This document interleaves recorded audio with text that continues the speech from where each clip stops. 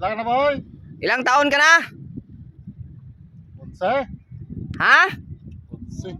11. 11 na daw siya, no? 11 na tao, 11 taon na siya. 11 taon na siya, pero titingnan nyo Oh, saludo talaga to sa bata na to, no? Marunong na maghanap ng ulam.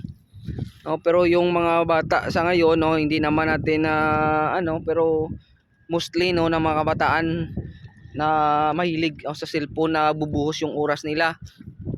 Cellphone, paglalaro, pero tong bata na to, no,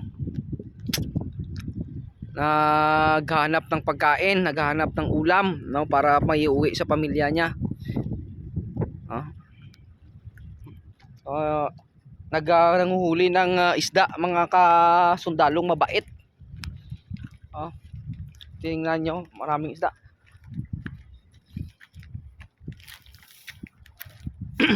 Damo ka na, no? Damo ka na nakuha.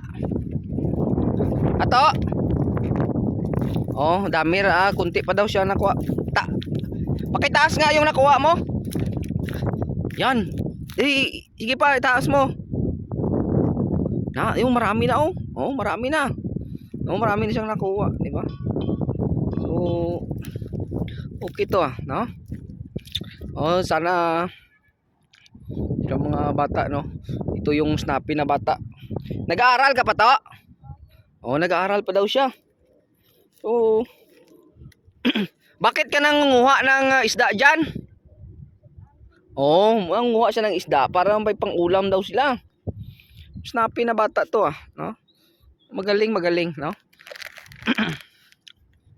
At balang araw to may maganda kang kinabukasan. Ipagpatuloy mo lang yan, no? Yung pagtulong mo sa iyong mga magulang. Dito tayo ngayon, no? Sa sa palaisdaan, no? Nanguhuli siya ng tilapia. Tilapia lang ba nakukuha mo? Maganda, no? Magandang yung ideya niya. Parang ano ko rin yung nung ako yung maliit pa, no? Every time na maglinis ng yung sentral ng Pasig, no? Yung Pasig Sugar, yung mga isda sa suba sa ilog ay nahihilo, no? Yung ginagawa ko noon, no, gumagawa ko ng sibat para manibat ng isda, para makahuli po ako, para may pang-ulam din at pabinta din namin. Nakuha ng bata sa yung parang iulam po nila. Maganda, okay na.